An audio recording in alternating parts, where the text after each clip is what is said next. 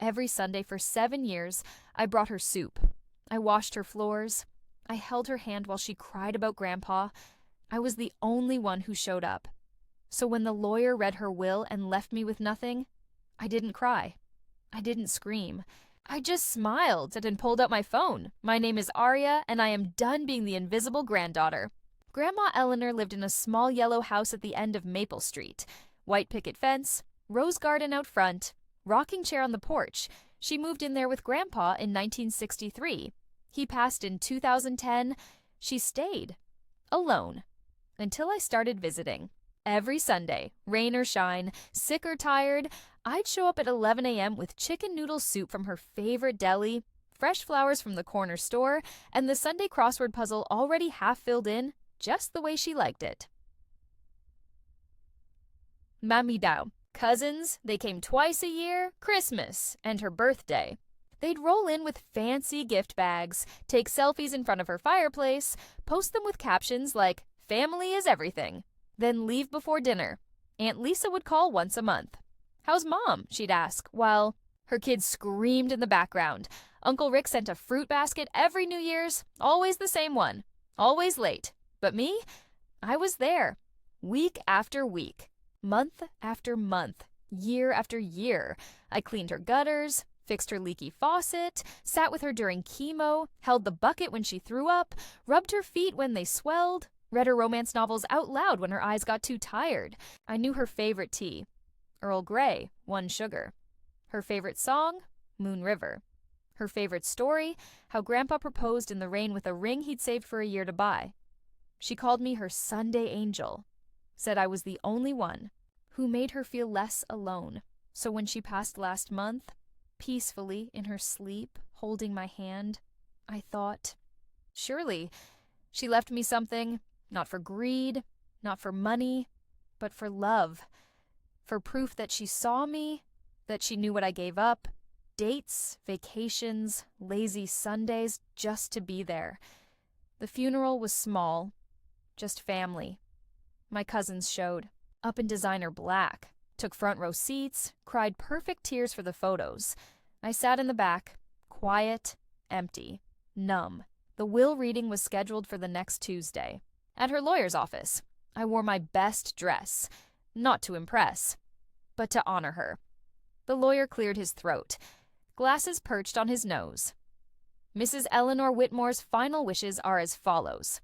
He read slowly, deliberately, to Aunt Lisa, the family jewelry box, including Grandma's pearl necklace, to Uncle Rick, the yellow house, fully paid off, to my cousin Maya, Grandma's vintage record collection, to my cousin Jason, her 1965 Ford Mustang, restored, garage kept, to the local church, $50,000. For youth programs. Then he paused, looked at me. Aria Whitmore, you are named as the sole executor of the estate. No personal inheritance is listed. Silence. Not even a teacup clinked.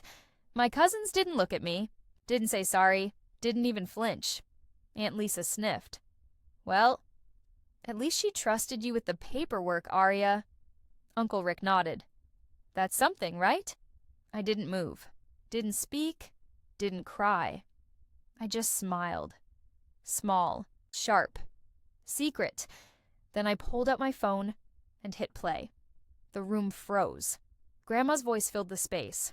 Warm, cracked, familiar. If you're hearing this, I'm gone. And if Aria is the one playing this recording, then she's sitting in that awful lawyer's office, probably wearing that blue dress she thinks I don't notice. Honey, I notice everything. My breath caught.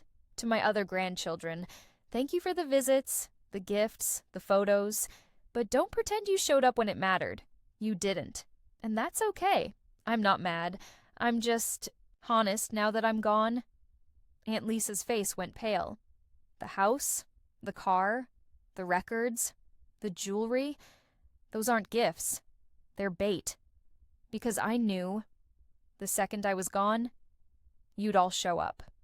Smiling, crying, pretending you cared. So I gave you shiny things to keep you quiet, to keep you happy, to keep you distracted. Uncle Rick's jaw dropped. But Arya, my Sunday angel, you get everything that actually matters. The lawyer's eyes widened. He fumbled through his folder, pulled out a second document, sealed, stamped, dated 2 weeks before Grandma died. He opened it. Read aloud, last will and testament, addendum, witnessed by Dr. Miriam Chen and Nurse Jamal Wright. I leave my entire liquid estate, $872,000, to my granddaughter, Arya Whitmore. Not because she's the only one who visited, but because she's the only one who stayed. She gets the money, she gets the final say, she gets my blessing, and if anyone argues, play the next recording. I hit play again. Grandma's voice, firmer now. Lisa, if you try to contest this, I left a letter for your boss detailing how you stole office supplies for 10 years. Rick, the IRS has a copy of your creative tax filings from 2018. Maya, your college dean still has the email about the plagiarized thesis. Jason, the mechanic down the street, he kept every receipt for the repairs you never paid for. Don't test me. Even in death, I see everything. The room went dead silent. Aunt Lisa burst into tears. Uncle Rick turned red. Maya looked like she was going to throw up. Jason muttered, "She wouldn't." I stood up, smoothed my dress, looked at each of them. "Grandma loved you," I said, "but she knew the difference between love and loyalty." I turned to the lawyer. "I'll need copies of all documents and a list of all assets. I'm selling the house, donating the car, and giving the record collection to the community center." No one argued. No one spoke. They just left, one by one, heads down, guilty, silent. I stayed behind, sat in the empty chair, listened to the echo of Grandma's voice in my head. She didn't just leave me money, she left me justice and a warning that love without presence is just performance. And she saw right through theirs. That night, I drove to her house, let myself in with the key she gave me, just in case, sat on her porch swing, looked at the roses, listened to the wind chimes she hung the summer I turned 16. I didn't feel rich. I felt seen. For the first time in my life, someone chose me. Not because I was loud, not because I was flashy, but because I showed up, week after week, tear after tear, soup bowl after soup bowl. And that's where part one ends. With me on her porch, phone in hand, Grandma's final recording saved under legacy, and a new rule written in my heart. Never underestimate the quiet one. She's the one who remembers. She's the one who stays. And when the time comes, she's the one who inherits everything. I didn't touch the money right away. $872,000 sat in the bank. Quiet, waiting. Heavy with Grandma's love and her vengeance. I sold the yellow house. Not because I didn't love it, but because it didn't belong to me. It belonged to memories.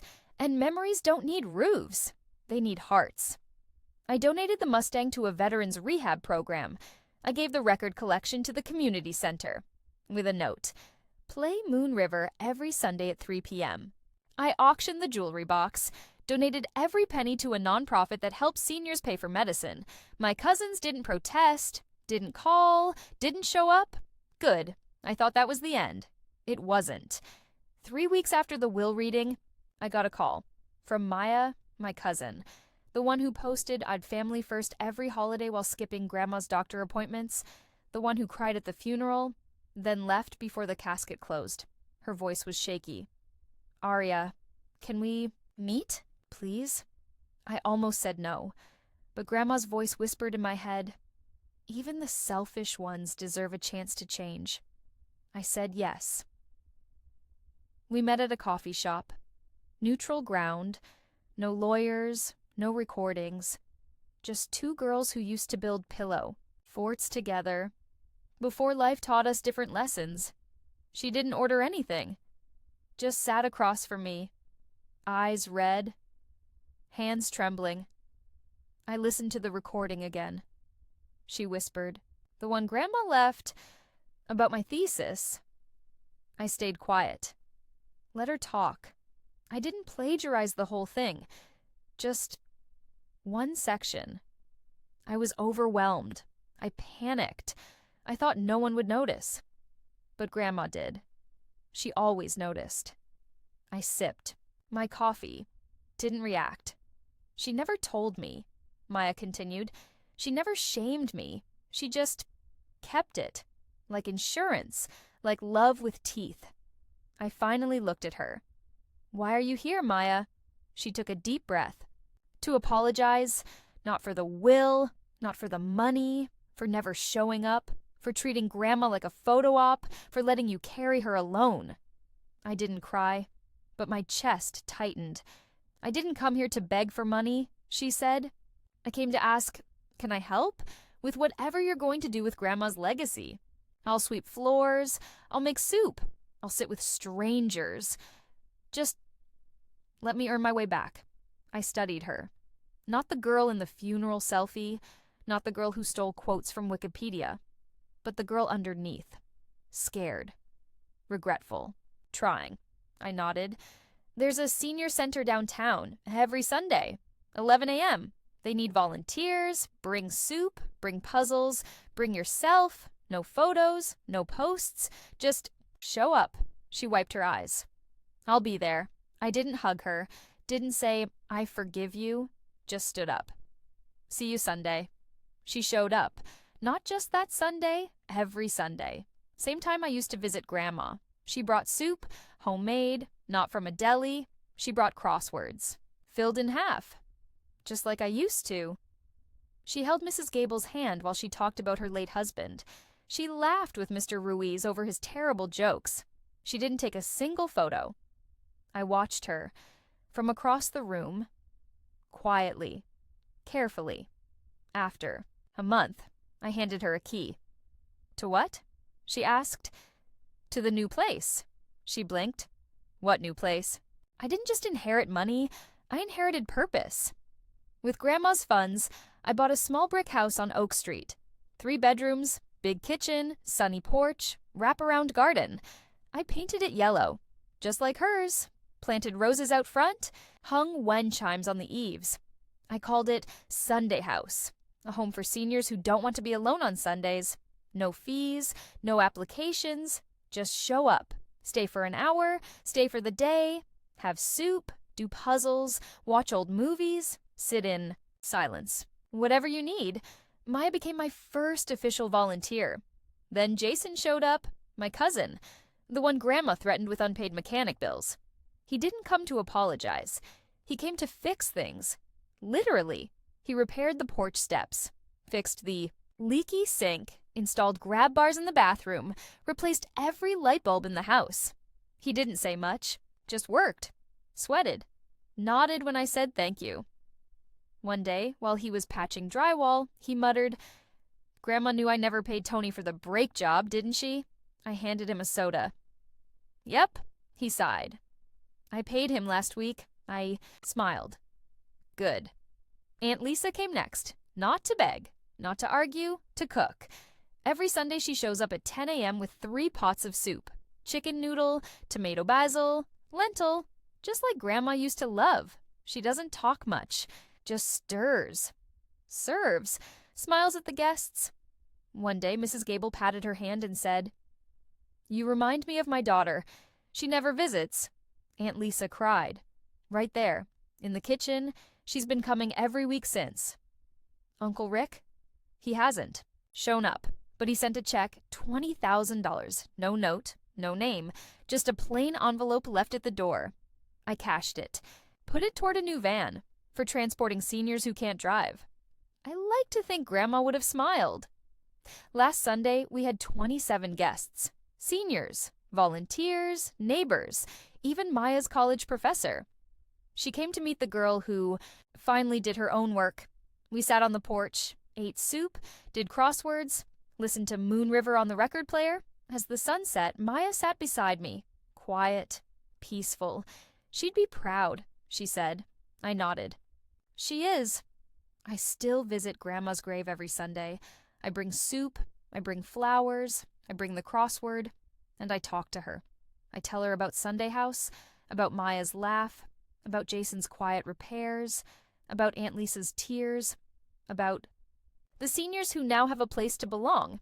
I don't need her money to feel rich. I feel rich because I turned her love into legacy, her silence into sanctuary, her loneliness into community. The lawyer called last week, said a new envelope arrived, postmarked before she died, addressed to me. Inside, a single sentence. You were always my favorite, Aria. Not because you came every Sunday, but because you made every Sunday matter. I framed it, hung it above the fireplace at Sunday House, so everyone who walks in knows this place isn't built on money, it's built on showing up, on staying, on love that doesn't need applause.